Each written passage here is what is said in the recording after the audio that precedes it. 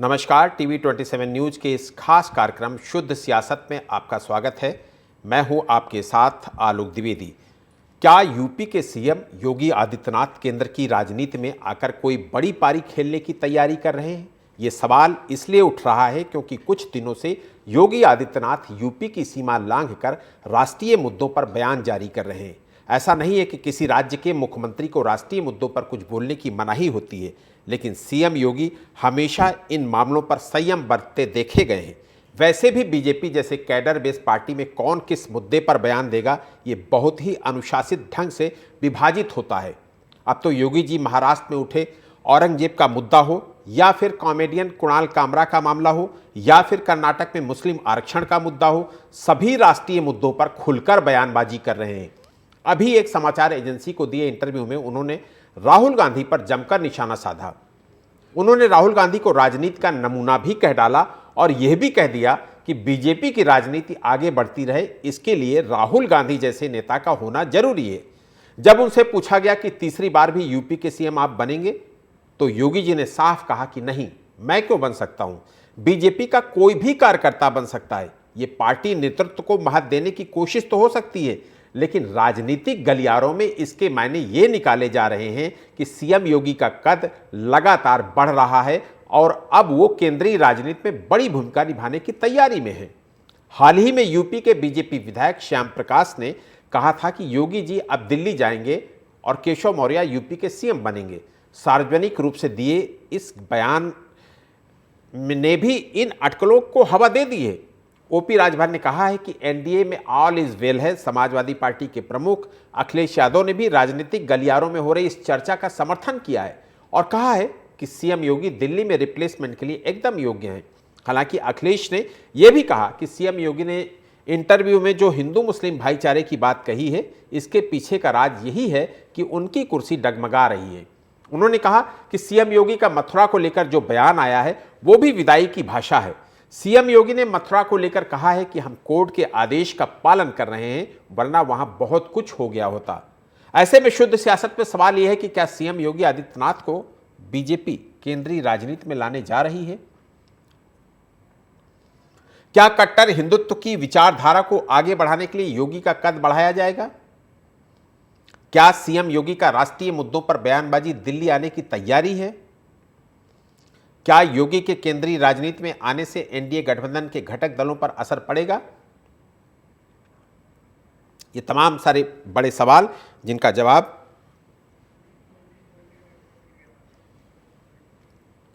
इस चर्चा में तलाशने की कोशिश करेंगे और हमारे साथ तमाम खास मेहमान भी जुड़ेंगे। फिलहाल हमारे साथ पॉलिटिकल एनालिस्ट संदीप चौधरी जी भी जुड़े हुए हैं। संदीप चौधरी जी, आपका बहुत बहुत स्वागत करूंगा इस चर्चा में शामिल होने के लिए। धन्यवाद आपका। संदीप जी, अगर योगी आदित्यनाथ जी को केंद्रीय पॉलिटिक्स में, केंद्रीय राजनीति में लाया जाता है, तो क्या उनकी एक्सेप्टेंस एनडीए में हो सकेगी? क्योंकि वो एक कट्टर हिंदूवादी नेता हैं और ऐसे में एनडीए उनको एक्सेप्ट करे, ये अपने आप में एक बड़ी बात होगी। संदीप जी, आपका विचार जानना चाहूंगा इस पर। जी देखिए, योगी आदित्यनाथ भारतीय राजनीति में अब एक ऊंचाई पर है। मतलब चुनिंदा लोग हैं, जब आप भारतीय राजनीति की बात करते हैं, उनमें से एक है योगी आदित्यनाथ। लेकिन राजनीति में कई चीजें काम करती है। एक तो जैसे आपने कहा कि जब अलायंस हो, कुछ लोगों के साथ मिलकर आप सरकार चलाते हैं, तो उसमें जरूरी है कि हमारे जो सहयोगी दल है वो हमारे नाम पर एग्री हों, सबसे पहली चीज है। लेकिन उसके बाद दूसरी चीज ये है कि अगर भारतीय जनता पार्टी अपने दम पर, जिस तरीके से वो दूसरे भी कई स्टेट से लेकर आई, शिवराज सिंह चौहान को वो मध्य प्रदेश से लेकर केंद्रीय राजनीति में आ गई, वसुंधरा जी को राष्ट्रीय संगठन में राष्ट्रीय उपाध्यक्ष बना के रखा हुआ है उन्होंने, ऐसे कई नेता हैं जो वो स्टेट से लेकर के आए। लेकिन हमें यह समझना पड़ेगा कि क्या हकीकत में योगी आदित्यनाथ को उत्तर प्रदेश से हटाना जरूरी है, या हटाने के लिए कोई सोच काम कर रही है, कोई राजनीति काम कर रही है? देखिए, योगी आदित्यनाथ को लंबे समय तक वो सांसद रहे, लेकिन वो लोकप्रियता हासिल नहीं हुई उत्तर प्रदेश के अंदर, जो उन्हें मुख्यमंत्री बनने के बाद मिली। लेकिन आप दूसरे तरीके से अगर इस चीज को देखें, योगी आदित्यनाथ केवल एक हिंदू और मुस्लिम का चेहरा पर जो एक वोट बैंक है उसको उन्होंने ज्यादा प्रभावित किया है। अगर मैं योगी आदित्यनाथ के बारे में आपसे बात करूं कि उन्होंने इंडस्ट्री डेवलपमेंट के लिए क्या किया, तो आप कहेंगे इंडस्ट्री डेवलपमेंट के मामले में जीरो है। अगर मैं आपसे बात करूं क्या एजुकेशन में कुछ रिफॉर्म हुआ, एजुकेशन सेक्टर में कुछ बड़ा काम हुआ, बच्चों के युवाओं के लिए कुछ हुआ, तो आप कहेंगे मामला जीरो है। तो ऐसी बहुत सारी चीजें हैं, केवल हिंदू मुस्लिम के नाम पर, मंदिर मस्जिद के नाम पर, कट्टर हिंदुत्व के नाम पर जरूर योगी आदित्यनाथ को आप याद कर सकते हैं, या कुछ डिसीजन उन्होंने ऐसे लिए जो अगर आप कानून के परिप्रेक्ष्य में देखते हैं, जिस तरीके से जेलों के अंदर कुछ बड़े क्रिमिनल्स थे वो मारे गए, वो आम आदमी को अच्छा लगता है, हो सकता है उससे वोट बैंक प्रभावित होता हो, लेकिन क्या कानून की दृष्टि में वो चीजें ठीक हैं? तो कई चीजें हैं जिन पे अभी हमें सोचने की जरूरत है। और राजनीति में ये पता नहीं चलता, किसी को प्रदेश से हटाकर राष्ट्रीय नेतृत्व में लाया जाता है और राष्ट्रीय नेतृत्व में ला करके निपटा दिया जाता है। मुझे लगता है योगी आदित्यनाथ का कद या योगी आदित्यनाथ का जो वर्किंग स्टाइल है वो उत्तर प्रदेश में आज के लिए बहुत सुटेबल है। उत्तर प्रदेश को जरूरत है, उत्तर प्रदेश में काम करने से कहीं ना कहीं बीजेपी का वोट बैंक मजबूत हुआ है, बीजेपी को फायदा हुआ है। लेकिन कहीं ऐसा ना हो कि बड़े नेताओं के घमासान में, जिस तरीके से पहले कल्याण सिंह की राजनीति भी एक टाइम पे योगी आदित्यनाथ की तरह बहुत पॉपुलर थी और योगी कल्याण सिंह को निपटा दिया गया था, उन्हें पार्टी भी छोड़नी पड़ी, उन्हें समाजवादी पार्टी तक ज्वाइन करनी पड़ी, बाद में वापसी हुई, वो एक अलग मसला है। तो ये चीजें भी हमें देखनी पड़ेगी। जी बिल्कुल, ठीक है, ठीक है। हमारे साथ कैप्टन आई सिंह जी जुड़ गए हैं, बीजेपी प्रवक्ता। कैप्टन साहब, आपका बहुत बहुत स्वागत करूंगा इस चर्चा में शामिल होने के लिए। कैप्टन साहब, केंद्रीय राजनीति में आने की जो अटकलें चल रही हैं योगी आदित्यनाथ जी की, उसमें से वाकई में कितनी दम आपको लगती है? देखो, मैं तो ऐसी आलोक की एक बहुत अच्छी बात बताना चाहूंगा। जब ये अटकलें पता नहीं कौन चला रहे और कहाँ से चल रही है, पार्टी में तो ऐसी कोई चर्चा नहीं है। योगी आदित्यनाथ उत्तर प्रदेश में इतना बेहतरीन कार्य कर रहे हैं कि जो जंगल राज हुआ करता था उसको सुधार दिया। अभी हमारे मित्र जो है ना अभी बता रहे थे कि उन्होंने इस पे नहीं किया, उस पे नहीं किया, अरे उन्होंने सारे रास्ते उन्होंने ठीक किए। शिक्षा का किस तरह से वहां नए नए कॉलेज बनाए गए। अब आप तक चश्मा सूत्रा लगाए, आपको दिखाई नहीं दे रहा, तो आप कभी देख भी नहीं पाएंगे कि सिर्फ हिंदू मुस्लिम उन्होंने किया है। अरे जनाब, हिंदू मुस्लिम करने वाले जो बैठे, आप उनके लिए नहीं बोलते। इन्होंने तो कुछ नहीं किया, इन्होंने तो हिंदू को भी इतना दिया, अधिकार दिया, इतना ही मुसलमानों को दिया है। और आपने कहा जेल से मार दिए गए, जेल में अंदर मारने वाले कौन थे? वो क्या थे? वो सरेआम वो तो चैलेंज करते थे, कोर्ट भी उनके सामने हाथ खड़े कर देता था। क्या वो दूध को धुले हुए थे जो आप उनके लिए पलक तोड़े दिखा रहे हो? लगता है कि आप जरूर नहीं उनकी मानसिकता से जुड़े हुए हैं। तो आपको सोचना चाहिए, चैनल में बैठने से पहले आपको ये देखना चाहिए कि आप क्या बोल रहे हैं। ये नहीं कुछ भी आए बोल के चले गए, ऐसा नहीं होता। उत्तर प्रदेश जितना आज की तारीख में सुरक्षित है, तो चौमुखी इतना आज से पहले कभी हुआ नहीं है। लॉ एंड ऑर्डर वहाँ एक से कच्चा है, शिक्षा व्यवस्था वहाँ अच्छी है, इंफ्रास्ट्रक्चर वहाँ बहुत चल रहा है। ये कह रहे हैं कि इंडस्ट्रियल नहीं है, जो जनाब आपको दिखाई नहीं दे, इधर नए वहाँ इन्वेस्टर आए और वहाँ काम कर रहे हैं, ये राजन को दिखाई नहीं देगा, क्योंकि ये पीढ़ी तो कहीं दूसरी जगह से है ना। जी ठीक है, ठीक है, ठीक है, ठीक है कैप्टन साहब। बैठेगा तो आपको जवाब नहीं, आपका मुंह बंद कर देगा और आप गलत बोलोगे, आप जिहादियों का साथ दोगे। तो ठीक है कैप्टन साहब, ठीक है, आपके पास आऊंगा।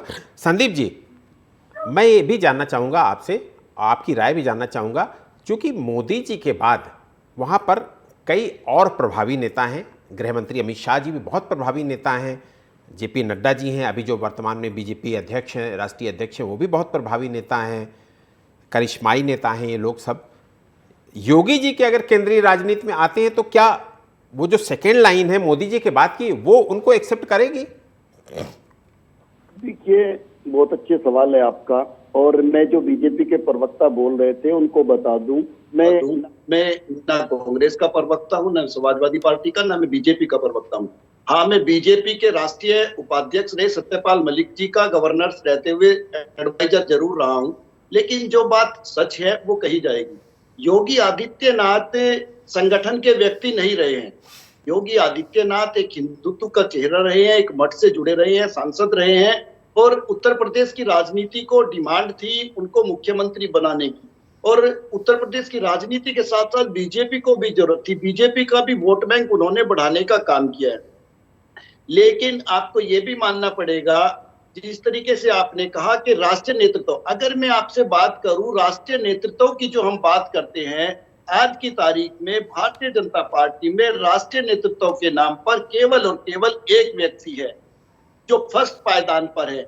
जब हम राष्ट्रीय नेतृत्व की बात करते हैं तो वहां पर एक टीम होनी चाहिए। जैसे अटल जी के साथ एक टीम थी, उसमें अडवाणी जी भी थे, मुरली मनोहर जोशी जी भी थे, और भी लोग थे, तो वो एक टीम थी, सबका इक्वल दर्जा था, इक्वल कद था। लेकिन आज की तारीख में मोदी जी के अलावा कोई दूसरा आदमी वहां स्टैंड नहीं करता है। जेपी नड्डा जी बनाने को पार्टी के अध्यक्ष हैं और सबसे बड़ा पद पार्टी अध्यक्ष का होता है, लेकिन ये केवल एक खाना पूर्ति के नाम पर आप कह सकते हैं या फॉर्मेलिटी के नाम पर आप कह सकते हैं। जेपी नड्डा का कद इतना बड़ा नहीं है जितना पार्टी अध्यक्ष का होना चाहिए। रही बात अमित शाह जी की, देखिए अमित शाह जी का कद बड़ा है। अमित शाह जी का कद इसलिए बड़ा है क्योंकि वे मोदी जी के राइट हैंड है। इसके अलावा आप मुझे पार्टी में बता दीजिए किसका कद बड़ा है। क्या आपने देखा जो वो बोल सकते हैं और वो ये ना घबराए कि भाई ऊपर से कोई एक्शन हो जाएगा। किसको आपने देखा जिसने बोलने की कोशिश की उनको निपटा दिया गया। अटल जी के टाइम में शत्रुघ्न सिन्हा का कद काफी बड़ा होता था, जसवंत सिंह का कद काफी बड़ा होता था, यशवंत सिन्हा का कद काफी बड़ा होता था। वो बड़े कद, वो पार्टी का राष्ट्रीय नेतृत्व आज कहाँ है, ये बीजेपी जानती है, बीजेपी को लोग जानते हैं। लेकिन बीजेपी अब उसी डर्रे पर चली गई है जैसे एक टाइम में कांग्रेस थी। कांग्रेस में क्या था, कांग्रेस के जो टॉप लेवल के लोग थे, कहने का मतलब है जो गांधी परिवार के नियर डियर थे, जो उनको लगता था कि ये होना चाहिए, इसको ये जिम्मेदारी मिलनी चाहिए, उसका परिणाम ये हुआ धीरे धीरे धीरे कांग्रेस कमजोर हो गई। तो आज की तारीख में बीजेपी में काम करने वालों की मुझे नहीं लगता कदर है। बीजेपी में जैसे आईसी सिंह बैठे हैं, ये मेहनती हो सकते हैं, मजबूत कार्यकर्ता हो सकते हैं, लेकिन इन्हीं के ऊपर ला करके कभी गौरव भाटिया को समाजवादी पार्टी से बैठा दिया जाता है, कभी किसी को कांग्रेस से ला करके बैठा दिया जाता है। ये लोग मंडल में काम करते हैं, जिले में काम करते हैं, प्रदेश में काम करते हैं, तभी सोचते हैं कि हम राष्ट्रीय टीम में जाएंगे। लेकिन दूसरी पार्टियों से ला करके माधवराव सिंधिया के बेटे ज्योतिरादित्य सिंधिया को उनके सर पे बैठा दिया जाता है, कभी किसी को ला करके। ठीक है संदीप जी, ठीक है संदीप जी, ठीक है। कैप्टन साहब, बहुत गंभीर आरोप है ये। देखिए आलोक जी, मैं आपको बहुत अच्छी बात बताना चाहूंगा। भारतीय जनता पार्टी में एक बहुत बड़ा संगठन है और संगठन ही डिसाइड करता है, यहाँ किसी एक की बिल्कुल नहीं करती। इस बात को मैं बिल्कुल नहीं मानूंगा, क्योंकि मैं आज नया नहीं हूँ बीजेपी में। बीजेपी में मैं उस टाइम से हूँ जब 2 साल हमारे हुआ करते थे, उस टाइम से हम बीजेपी में जुड़े हैं। तो बीजेपी में बगैर संगठन के कुछ नहीं होता, और जब तक संगठन डिसाइड नहीं करता किसी एक की कहीं नहीं चलती। हमारे यहाँ संगठन बैठता है, उसके बाद हमारे संघ वाले बैठते हैं। ठीक है कैप्टन साहब, आपकी बात समझ गया। ठीक है कैप्टन साहब, आपकी बात समझ गया। कांग्रेस प्रवक्ता शाकिर अली जी भी हमारे साथ जुड़ गए हैं, समाजवादी पार्टी प्रवक्ता जगदीश सिंह जी भी हमारे साथ जुड़ गए हैं। जगदीश जी, शाकिर जी, आप दोनों का बहुत बहुत स्वागत इस चर्चा में शामिल होने के लिए। शाकिर अली जी, कांग्रेस प्रवक्ता राज शर्मा जी हमारे साथ जुड़े हुए हैं। कांग्रेस प्रवक्ता राज शर्मा जी हमारे साथ जुड़ गए हैं। राज शर्मा जी, आपका बहुत बहुत स्वागत करूंगा। धन्यवाद। आपको मेरी आवाज आ रही राज शर्मा जी? आ रही है। राज शर्मा जी, कांग्रेस से हिंदू वोट, तो उत्तर प्रदेश की मैं बात कर रहा हूं, कांग्रेस से तो हिंदू वोट वैसे ही, चूंकि एक समय हुआ करता था कांग्रेस का कि कांग्रेस के साथ ब्राह्मण, दलित और उसके साथ मुस्लिम, ये आपका एक प्रॉपर वोट बैंक होता था। लेकिन ब्राह्मण भी आपके साथ खिसका, दलित भी खिसका, और आप बहुत कमजोर हो गए उत्तर प्रदेश में। आज की डेट में अगर योगी जी केंद्रीय राजनीति में आते हैं तो उसका कांग्रेस पे क्या असर पड़ेगा, क्योंकि योगी जी एक प्रखर और कट्टर हिंदूवादी नेता के रूप में उनकी छवि है, और ऐसे में मेरा मानना है कि कांग्रेस पे कोई ना कोई निश्चित रूप से असर पड़ेगा। आपकी नज़र में क्या होगा वो? देखिए त्रिवेदी जी, मैं सबसे पहले बात बता दूं, देखिए हमने जब से देश आजाद हुआ, कांग्रेस पार्टी ने लंबे समय तक सरकार चलाई, और देखिए सरकार चलाते हैं तो कुछ खामियां भी रह जाती है, चाहे वो अनजाने में हो, चाहे जैसे भी समझ लीजिए। आदमी जब कोई कार्य कर रहा होता है तो नो वन इज 100% परफेक्ट। लेकिन 2014 के बाद भारतीय जनता पार्टी को जिस तरह से जो हमारे वोट होते थे, उन्होंने भी भारतीय जनता पार्टी का दामन थाम लिया। लेकिन इन 10-11 साल में, और कहो कि 7-8 साल में, यूपी में उन लोगों को, चाहे वो पंडित हो, चाहे वो मुस्लिम हो, चाहे ठाकुर हो, चाहे कोई हो, अपर जाति हो, शेड्यूल कास्ट हो, बैकवर्ड हो, इन जातियों को लगने लगा कि भारतीय जनता पार्टी के हाथों पे ना तो प्रदेश सुरक्षित है, ना देश सुरक्षित है। आप इस बात को मानिए कि देखिए, मुझे, मेरे जैसे साधारण इंसान को चाहिए रोजगार। कभी भारतीय जनता पार्टी का, अभी अगर आप यूपी की बात कर रहे हैं तो आप मुझे एक भी बात बता दीजिए योगी जी ने कभी रोजगार की बात करी हो। ये एक शासक जो बॉस है यूपी का, जो अभिभावक है यूपी का, अगर वो ये बोले कि काट दोगे, कट जाओगे, मिट जाओगे, फलाना हो जाएगा, ढिकाना हो जाएगा, मुस्लिम सुरक्षित है, उत्तर प्रदेश में है, तो मुझे नहीं समझ लगता कि ये पब्लिक को पसंद आ रहा है। और एक और बात, अभी भदौरिया जी से पहले बोल रहे थे, मैं उनको नाम नहीं जान पाया था, बल्कि उन्होंने बहुत अच्छी बातें बोली। उन्होंने सही बात बोली कि मैं भी भारतीय जनता पार्टी को कभी भी राजनीतिक दल मानने को तैयार नहीं होता। राजनीतिक दल वो होता है जिसमें पावर डिसेंट्रलाइज हो। यहाँ पे डिसेंट्रलाइज पावर नहीं है, सेंट्रलाइज है कि मोदी जी कह देंगे और अमित शाह जी कह देंगे, उसमें योगी जी की भी नहीं चलती। आप मुझे बताइए, भदौरिया जी बैठे हुए हैं, क्या भदौरिया जी ये फख्र से कह सकते हैं कि मुख्यमंत्री को पूरी पावर, पूरी छूट कार्य करने की दी हुई है? मेरा तो मानना है कि सिर्फ उन्हें 25 जिलों तक आंका हुआ है। ऐसा कभी नहीं हुआ। पहले भी मुख्यमंत्री, चाहे वो हमारी सरकार बनी हो, हमने भी उप मुख्यमंत्री बनाए, लेकिन ऐसा कभी नहीं हुआ कि 2 उप मुख्यमंत्री बनाने के बाद 25-25 जिले बांट दिए गए हों। ये क्या दिखाना चाहते हैं? योगी जी को पाठक जी के जिले में कहने का अधिकार नहीं है, पाठक जी को मौर्य जी के जिले में कहने का अधिकार नहीं है। तो मैं तो सोचता हूं, पहली बात तो Yogi ji full fledge chief minister बने। अगर वो पहले फुल फ्लैज चीफ मिनिस्टर बने तब वो राष्ट्रीय राजनीति की बातें करिए। और एक और बात बता रहा हूं, बड़े बड़े नेताओं ने, इतिहासकारों ने कहा था, धर्म के नाम पे अगर राजनीति करोगे देश को बर्बाद होने से कोई बचा नहीं सकता। इसलिए हमें ठीक है राज शर्मा जी, बहुत इंपॉर्टेंट बात कह दी आपने, बहुत इंपॉर्टेंट बात कह दी। राज शर्मा जी, आपके पास आऊंगा। जगदीश जी, अखिलेश यादव जी बार बार ये कहते हैं कि सीएम योगी की कुर्सी डगमगा रही है, क्या आधार है उनका? देखिए, ऐसा है कि अब अखिलेश जी बड़े नेता हैं, उनके पास सारी सूचनाएं रहती, सूत्र रहते हैं, और जो कार्यप्रणाली है योगी जी की, किस समय ढह जाए, उनका एक भी विधायक उनके साथ नहीं है। तमाम विधायक कह रहे हैं कि योगी जी को बदल दीजिए, योगी जी काम नहीं करने दे रहे हैं। मतलब सारे विधायक जो है त्राहिमाम कर चुके हैं। तो ये तो दिखाई देता है उत्तर प्रदेश में कि योगी जी से उनके सारे विधायक भारतीय जनता पार्टी के त्रस्त हैं और किसी भी समय ऊट पटांग कर सकते हैं। आपने देखा, एक गुर्जर हैं, क्या बोल रहे हैं, सारे विधायक ऊट पटांग बोलते हैं, क्या कौन बोल जाए, तो सारे असंतुष्ट हैं भारतीय जनता पार्टी के विधायक जी। योगी जी की तरफ कोई भी विधायक नहीं है, क्योंकि विधायकों की कोई सुनते नहीं है। विधायक तो एक दरोगा नहीं सुनता है, जितना अफसरशाही है पूरा लूट मचाए हुए। लूट उत्तर प्रदेश में शासन प्रशासन में बिल्कुल लूट है, चारों तरफ हाय हाकार मचा हुआ है। ना अस्पताल में दवाई है, ना बिजली है, ना पानी है। लोग बात, आप समझिए कि एक हर घर जल नल योजना चली है भारत सरकार, और हर घर की जो रास्ता थी तोड़ डाला इन लोगों ने। और पूरे उत्तर प्रदेश में, देश की मैं बात नहीं कर रहा हूं, उत्तर प्रदेश में एक भी घर में जल न जाता होगा टोटी से, और रास्ता सब आरसीसी रोड तोड़ डाला, पूरा का पूरा नष्ट कर दिया है। और ये सबसे बड़ा भ्रष्टाचार है, समझ लीजिए, देश का। हर घर जल नल योजना जी, ठीक है, ठीक। भारतीय जनता पार्टी की सरकार बनाती है आलोक जी, जिससे कि उनको व्यक्तिगत फायदा हो, देश जाए बाढ़ में। आप देखिए, एक फसल बीमा होती है, फसल बीमा में मैं एक अपने जिले फतेहपुर की बताता हूँ, 25 करोड़ रुपया बैंकों के माध्यम से, केसीसी के माध्यम से प्रीमियम लिया जाता है किसानों का, और एक भी किसान को 25 रुपए की भी क्षतिपूर्ति फतेहपुर में न हुई हो। ये हाल है। और वो पैसा कहाँ जा रहा है? ये सरकार, भारत सरकार बहुत टींग हाँकती कि हमने बहुत किसानों का किया है। तो ये तमाशा हो गई है सरकार। चाहे योगी जी बड़ी बड़ी बात बोलते हैं, केवल समाज में नफरत। ठीक है जगदीश जी, ठीक है। राज शर्मा जी, अगर योगी आदित्यनाथ जी, आपको पता है कि वो प्रखर और कट्टर हिंदुत्ववादी नेता हैं, मैं बार बार वही कह रहा हूं, केंद्रीय राजनीति में आएंगे तो कांग्रेस के लिए निश्चित रूप से मुश्किलें खड़ी होंगी।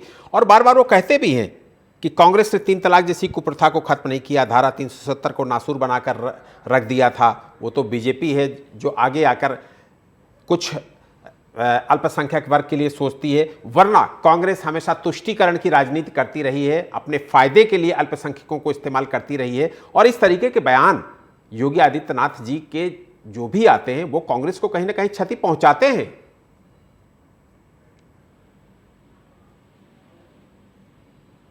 राज जी।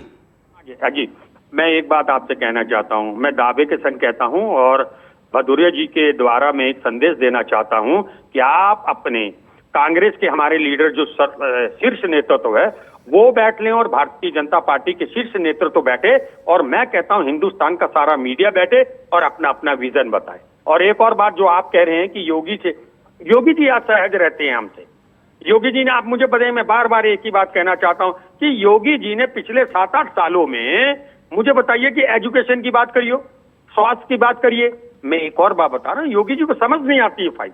देखिए, मैं उन्हें मठाधीश एज ए मठाधीश, क्योंकि मैं पंडित हूं, वो एक मठ के मठाधीश है, मैं उनका सम्मान करता हूं, लेकिन दुनिया का सबसे फेलियर चीफ मिनिस्टर भी नहीं मानता हूं।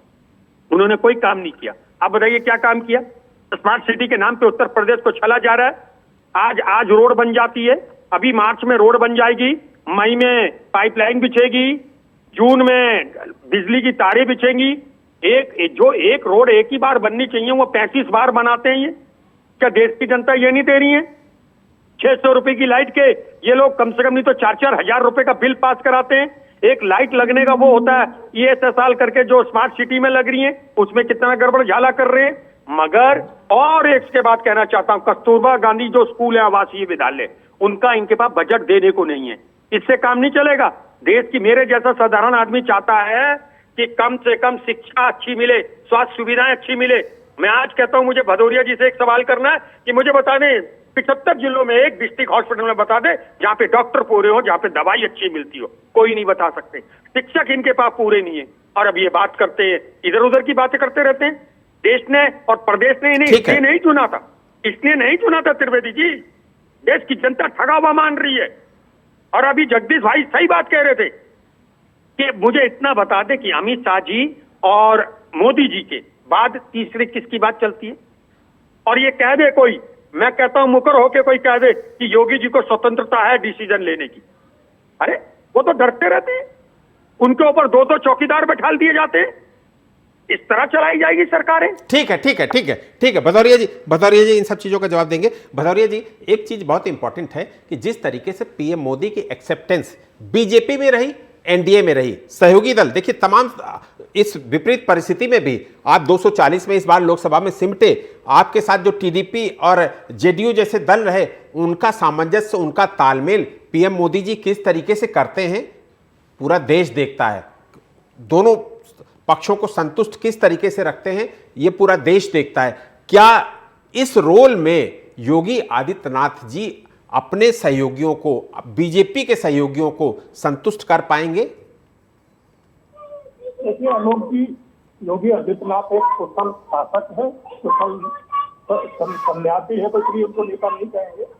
मगर जिस तरह से उत्तर प्रदेश को उन्होंने संवारा है, किसी ने नहीं संवारा है। कांग्रेस और समाजवादी पार्टी दोनों ही इनके पास ना तो नेता बचे हैं और ना ही इनके पास कोई नेतृत्व है, और विजन तो है ही नहीं। तो कहते हैं हमारे पास बताइए, कांग्रेस में राहुल के अलावा कौन एसएसपी चलती है? अगर इनके यहाँ नेतृत्व होता और नेता होता तो कांग्रेस के हाथ से पंजाब नहीं निकलता, क्योंकि वहाँ अरविंदर सिंह कैप्टन इतने सुलझे हुए नेता और 40 साल पुराने नेता, उनके पास किसको बैठा दिया गया? सिद्धू को। और सिद्धू को जिस तरह भेजा गया और उनके सर में लाके चन्नी खड़ा कर दिया। अरे पहले अपने गिरेबान में हाथ झाँक के देखो कि आपका गिरेबान कितना घटिया है, गंदा है। तो आपके यहाँ तो कुछ है ही नहीं। सोनिया चाहे वो सही या राहुल गांधी सही, तीसरा कोई है ही नहीं। अरे यहाँ तो बहुत बड़ा एक पार्लियामेंट बोर्ड है, बहुत बड़ा एक संसद है, और वो डिसाइड करता है, उसके बाद कुछ होता है। अब योगी आदित्यनाथ फुल प्लेस में रहता है वहां के सीएम है, उनके बिना वहां पर भी नहीं हिलता। और वो जो पूरा अपने मंत्रिमंडल के साथ बैठते हैं, डिसीजन लेते हैं, वही होता है। कितने कह दिया जो उनकी नहीं चल रही। ठीक है भदौरिया जी, आपको दिखाई नहीं देता तो आप मत देखिए, आप अपने हिसाब से अपने लड्डू बनाते रहिए, खाते रहिए।